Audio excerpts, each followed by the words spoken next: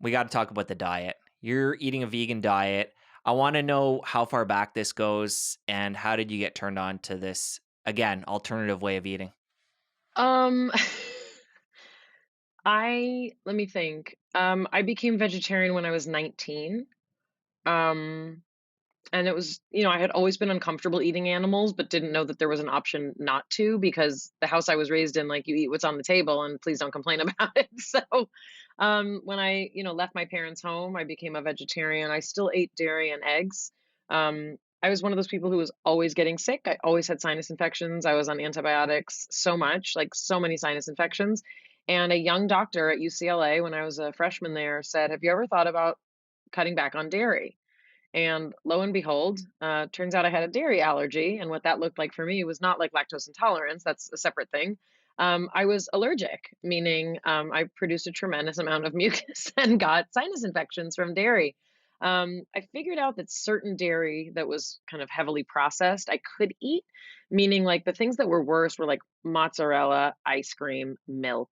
And I was raised literally a glass of milk every night, and no one wondered why we were always sick. So, when I got pregnant with my first son, I was still a vegetarian. When he was born, any dairy that I had made him sick, made his stomach sick, and he was very fussy and unhappy. And dairy is one of the most common allergens for babies. So I cut out dairy, and it solved a lot of his health stuff. He also has eczema if he accidentally has ingested dairy, so he gets eczema patches from that.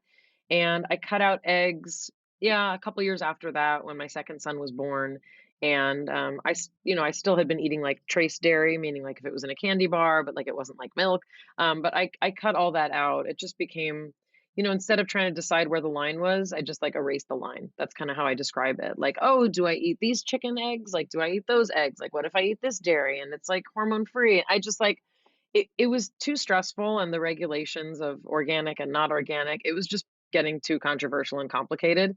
So, now I don't feel guilty. Like, now I don't have to worry. I don't think about it because I don't partake in it.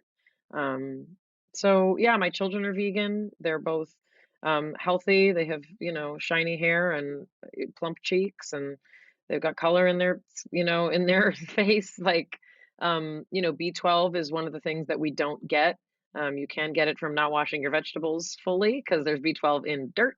But you can easily take a B12 supplement that's, highly absorbable and all sorts of other things. And we're very healthy people.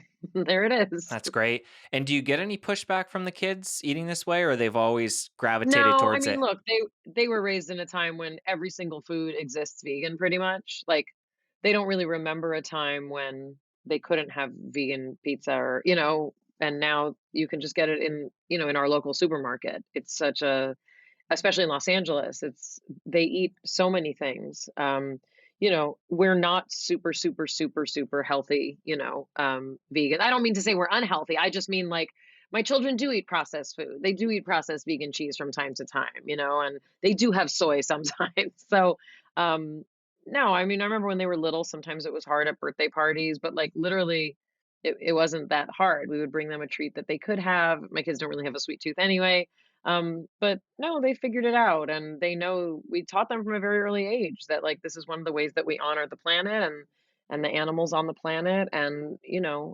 animals are friends, not food.